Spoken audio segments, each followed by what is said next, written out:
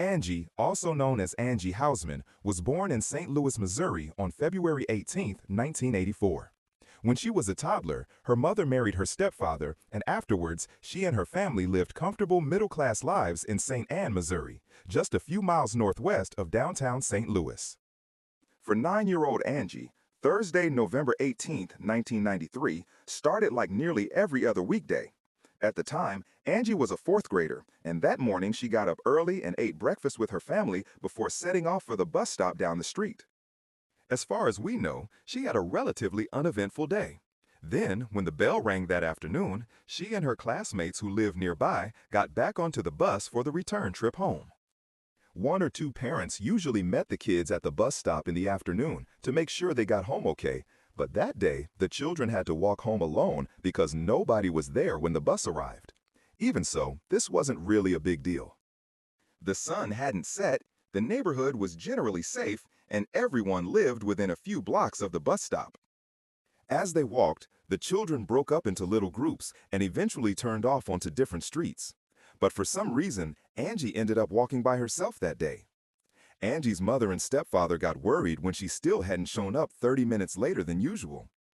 They then made a few phone calls and eventually began searching the neighborhood, but at that point, they still weren't that alarmed. They figured they'd find her playing or chatting with friends nearby, but Angie never turned up. And as the sun began to set, her increasingly frantic mother picked up the phone, called the police, and told them that her 9-year-old daughter was missing. Within hours, friends, neighbors, relatives, and police officers were scouring the neighborhood and calling out Angie's name at the top of their lungs. But neither she nor any of her personal items turned up. For her family, the horrible night seemed like it would never end. The search continued until the following morning, and later that day, investigators conducted dozens of interviews to see if they could shed any light on her disappearance. Meanwhile, as word spread, the police were inundated with tips and alleged sightings around St. Louis and across the state. And in fact, one caller said a little girl barely escaped the week before when an unidentified male tried to abduct her near St. Anne. Another tipster reported seeing a suspicious man driving around town in a dark car just hours before Angie went missing. But even so, the case went cold. Or at least, for the next week it did. 9 days after she went missing, the case became even more heartbreaking and horrific. On November 27th, a lone deer hunter found Angie's body in the Bush Wildlife Area, about 25 miles west of St. Anne. And before continuing on, again, I want to warn everyone that there is just no way to sugarcoat the following information. Angie was found without clothing, handcuffed, bound to a tree, and deceased when the hunter found her. Except for a small opening for her mouth, her head was almost entirely wrapped in duct tape. She also had deep cuts on her arms and legs, and her abductor had stuffed a piece of her pink underwear into her mouth, likely to keep her quiet. During the autopsy, the medical examiner determined that Angie had been repeatedly assaulted and left to die in the forest. But maybe most tragically, despite the severity of her wounds, the medical examiner concluded that she died from hypothermia and that she was probably still alive just an hour or two before the hunter found her. After this horrific news came out, hundreds of investigators from law enforcement agencies began working the case from every angle. But even so, nearly 2 decades eventually passed without an arrest. It wasn't until finally in 2018 when forensic lab techs re-examined the DNA samples taken from Angie's underwear. With newer technology, they quickly determined that there were actually 2 samples present. The identity of the second person was initially a mystery, but that changed in early 2019 when they ran the sample through the combined DNA index system. Lo and behold, it matched DNA from St. Louis native, ex-serviceman, and convicted predator Earl Cox. Earl Cox was born and raised in St. Louis, but he spent nearly a decade in Germany after enlisting in the Air Force in 1974. We don't know much about his service record, other than that he was dishonorably discharged in 1982 for committing multiple offenses against juvenile victims while stationed in Germany. For these offenses, he was court-martialed and sentenced to 8 years at the notorious Federal Correctional Institution in Leavenworth, Kansas. Surprisingly, though, Earl was paroled in 1985 after serving just one-third of his sentence. Then, in 1988, he got his parole transferred to Missouri, where he moved in with relatives just a few miles from St. Anne. In October of the following year, he was once again convicted of an offense against a 7-year-old girl at a park behind the local elementary school. As a result, his parole was revoked and he was sent back to Leavenworth to serve out the remainder of the previous sentence. Surprisingly, though, he was paroled again in late 1992, and these incidents were only a fraction of the depraved actions he was truly capable of. Earl was then charged with kidnapping, sodomy, and first-degree murder shortly thereafter. But at the time, he was actually already serving a sentence in North Carolina for a recent child-censored conviction. And incredibly, somehow he actually wasn't in prison. Instead, he was in a state-run medical facility where he was apparently undergoing predator rehabilitation. Earl was then extradited to Missouri shortly after the new charges were filed, and in the summer of 2020, he pleaded guilty to several charges. By then, he'd also had a stroke and was in poor health. And considering his age and the time-consuming nature of the appeals process, prosecutors agreed not to seek the death penalty. As part of this deal, Earl waived his right to an appeal and agreed to spend the rest of his life in prison without the possibility of parole. He also agreed to tell investigators and prosecutors the whole story without omitting even the smallest detail. According to Earl initially, Angie's abduction wasn't planned. Instead, he said it was a crime of opportunity that arose when he had car trouble the afternoon she disappeared. He claimed that he pulled over in St. Anne to see if he could figure out what the problem was. Then, when he was poking around under the hood, he claimed that he looked up at just the moment that Angie and her schoolmates were getting off the bus. And apparently, moments later, he said that she appeared by the car and asked him what was wrong. When pressed, though, Earl admitted that this part of the story wasn't entirely true. He always maintained that he did have car trouble that day, but he eventually admitted that the problem wasn't serious and that he was the one who approached Angie and asked her if she was hungry. She then apparently willingly got into the car with him when he told her he'd take her to Burger King. After that, he said they drove around for a while and that he eventually took her back to his mobile home, locked her in the back bedroom, and repeatedly assaulted her. Surprisingly, he also told investigators that he had a live-in girlfriend at the time. Police questioned her as well, but she was from another country, spoke very little English, and was rarely at home because she worked a lot. But despite this, she actually admitted to knowing that something was going on in the back bedroom. But Earl forbade her from entering the room, and she was too terrified of him to ask what he was up to. After days of this, Earl drove her to the Bush Wildlife Area and bound her to the tree where she was ultimately found. He claims that he intentionally left her in a conspicuous location, and that he thought that it would only be a matter of time before someone found her and rescued her. Needless to say, investigators knew this was nonsense. If he wanted her to be found, he could have left her in and around St. Anne in a location where a motorist or pedestrian would have found her within an hour or two. A more likely scenario was that he knew she'd die in the forest. 67-year-old Earl passed away in the Missouri Delta Medical Center at 9:14 a.m. on Monday, December 2, 2024. Story 2. The Forstein Disappearance. Philadelphia in 1945 was like most American cities at the time. World War II had brought rapid industrial growth as soldiers returned home and families adjusted to the new normal of the world. And among the thousands of families carving out their place in this changing world were Jules and Dorothy Forstein. They lived in a comfortable 3-story brick home on North Franklin Street, raising their children and going about life as normal. At a glance, Jules was the picture of respectability. As a judge, he had made his fair share of friends and enemies, but his reputation was that of a fair, friendly man. 5 years earlier, though, in 1940, Jules, who was a clerk at the time, had been married to the mother of his 2 daughters, Marcy and Myrna. But tragically, his first wife passed away during Marcy's birth. As hard as this was, only a year later, Jules would find love again when he met 32-year-old Dorothy Cooper.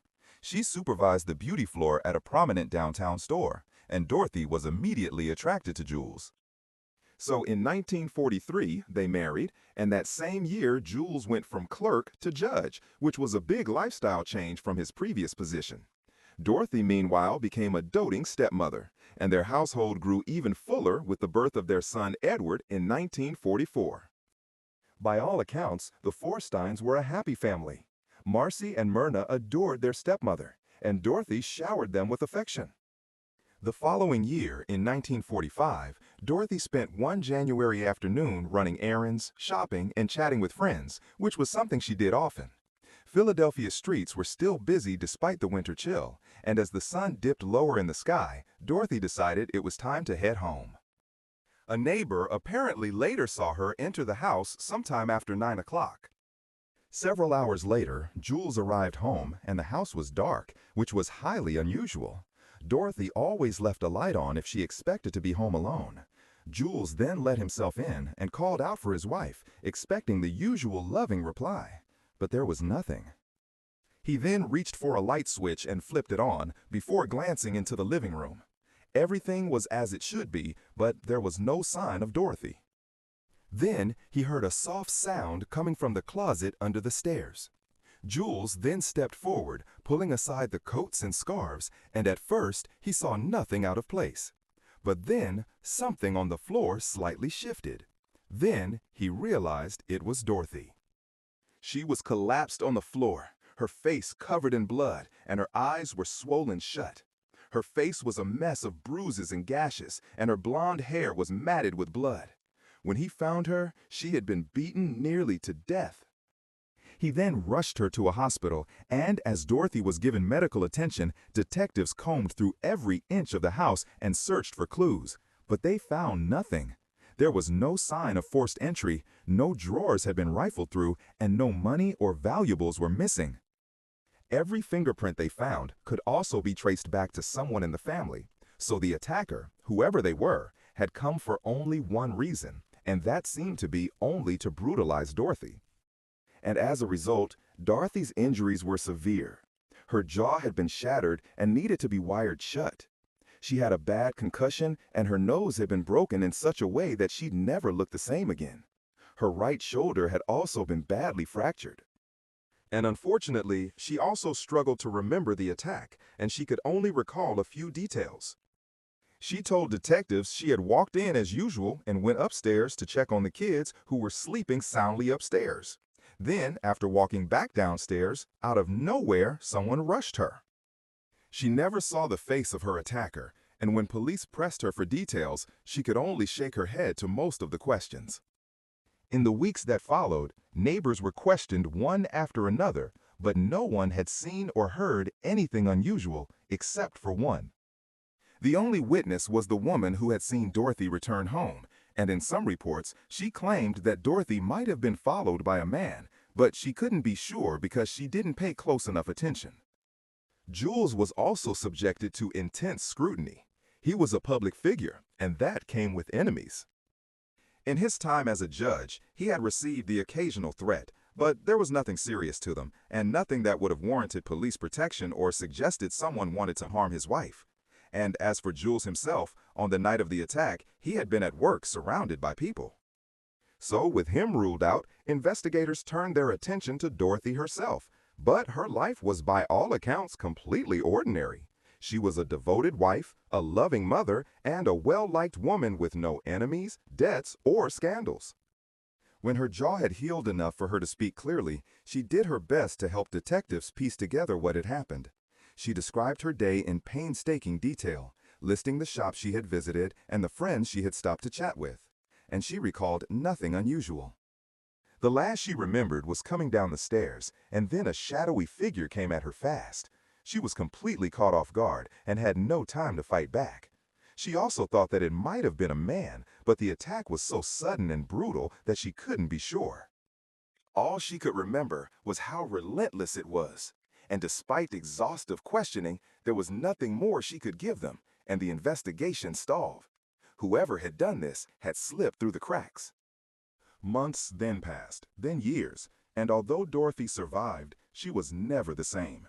She had to endure repeated visits to the hospital for shoulder dislocations from where it broke, and even her face was permanently changed. It was the psychological toll, however, that was the most devastating. She became nervous, paranoid, and prone to bouts of anxiety that she fought desperately to control. She tried to pretend the fear wasn't always there and that she wasn't always looking over her shoulder, but sadly, that just wasn't the case. And that's what made what happened next even more horrifying.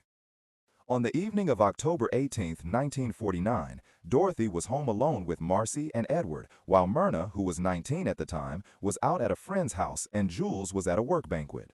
4 years had passed since the attack, and life had somewhat returned to normal. But nights like this still made Dorothy a little nervous. Around 7 p.m., Jules managed to slip away from the banquet to call home to check in, and Dorothy assured him that everything was fine there. Before hanging up, she even teased him by telling Jules to be sure to miss her. The rest of the evening passed uneventfully, and Dorothy followed her usual routine. She got 9-year-old Marcy and 5-year-old Edward ready for bed and settled them in for the night. The house on North Franklin Street went quiet after that, and meanwhile, the banquet stretched on far longer than Jules had anticipated, and he didn't get back home until after 3 a.m. When he did, he unlocked the front door and stepped inside before starting to head up the stairs. As he did, though, he heard Marcy's voice sounding shaky and desperate. When he reached her bedroom, Marcy broke down, insisting her mother was gone, which Edward also repeated in panic. The two children then cried uncontrollably until Jules was able to calm them enough to learn what happened. But when Marcy was finally able to speak coherently, she told a horrifying story.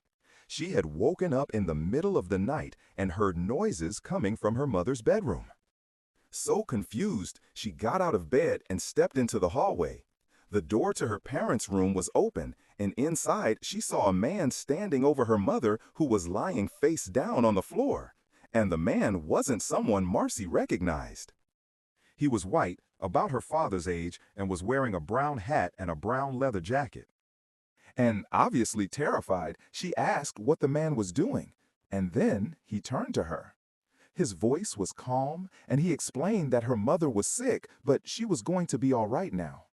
Then, with no urgency or panic, the man bent down and lifted Dorothy into his arms and over his shoulder.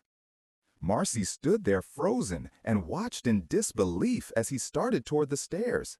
As he passed her, the man turned back and apparently patted her gently on the head. Moments later, and with the click of the front door lock, he was gone, and so was Dorothy. With nothing else she could do, Marcy then climbed back into bed, pulling Edward close. She waited in hopes of her mother coming back, but she never did. And about 15 minutes after the man left with Dorothy, Jules arrived back at home.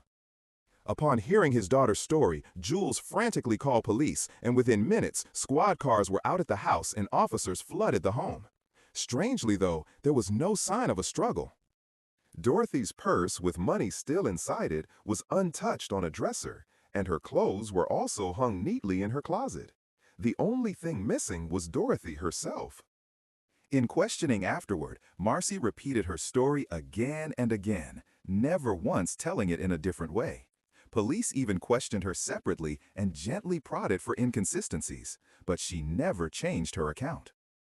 Authorities wasted no time in launching a full-scale investigation, and within hours they had officers scouring the city, questioning neighbors, and stopping people in hopes that something had been seen.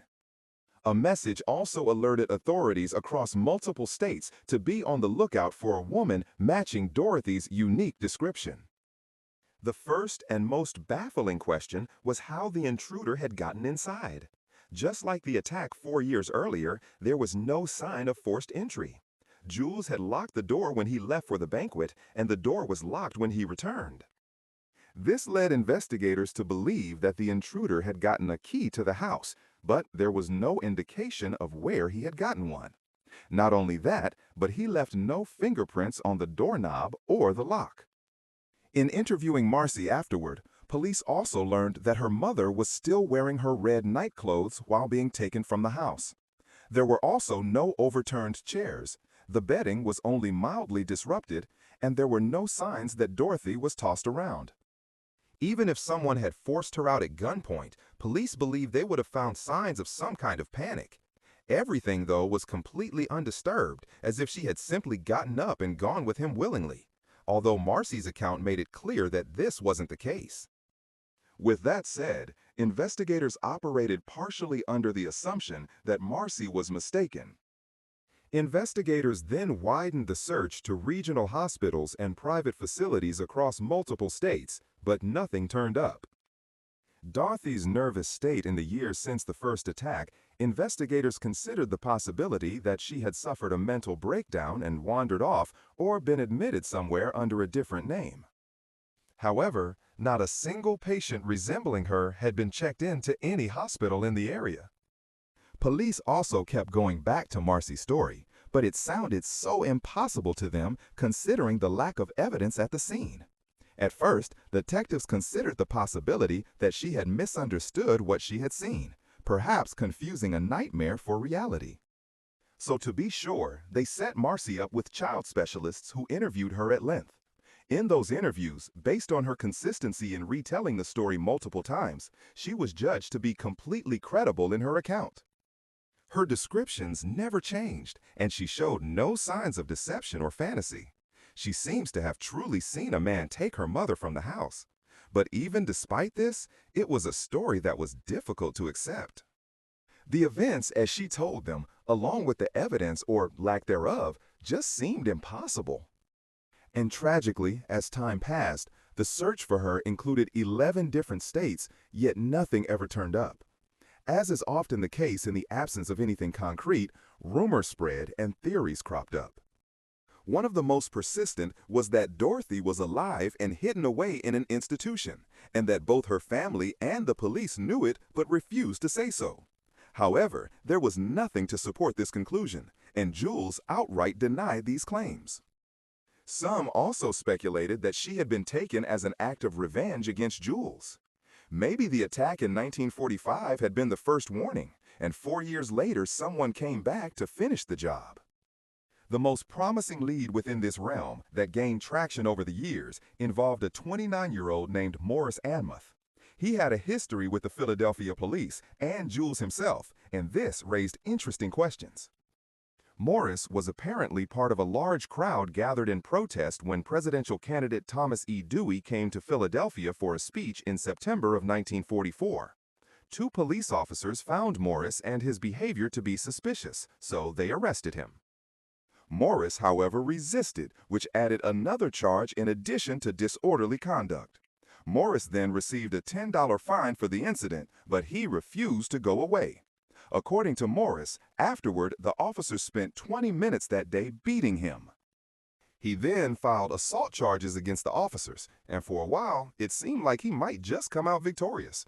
That was until a new judge took over the case and dismissed it, allowing the officers to walk free.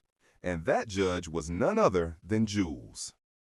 There is speculation that this courtroom decision planted the seed for a personal vendetta. It's been theorized that Morris was the man who ambushed Dorothy in 1945, attacking her as an act of revenge against her husband. If true, this theory suggests that he may have been responsible not only for the savage beating that nearly killed her, but also for her mysterious abduction 4 years later. But unfortunately, it's just a theory, and this has never been substantiated either.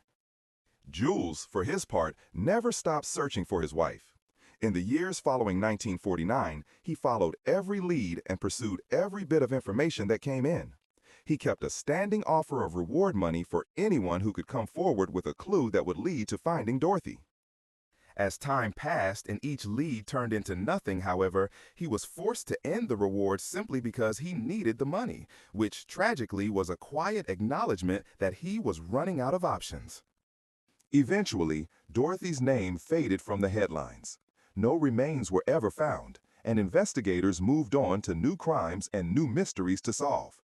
Jules tried to rebuild his life, but he never lost hope. He held on to the belief that somewhere, somehow, there would be an answer. In his moments alone, he would replay the events of the night Dorothy disappeared over and over, searching for the detail he must have missed or the clue that would unlock the truth. Then in 1956, he died suddenly at the age of 49 from heart disease, going to the grave without ever knowing what became of Dorothy after that night in 1949. Almost a decade later, in 1957, a judge officially declared Dorothy dead. The only record of her existence remains in old case files and the memories of those who had known her. Even today, more than 75 years later, one item is still carefully preserved and tucked away in evidence storage. This evidence is a detailed record of Dorothy's dental work. Even after all these years, if she's ever found, that may be the only way to identify her. Outro.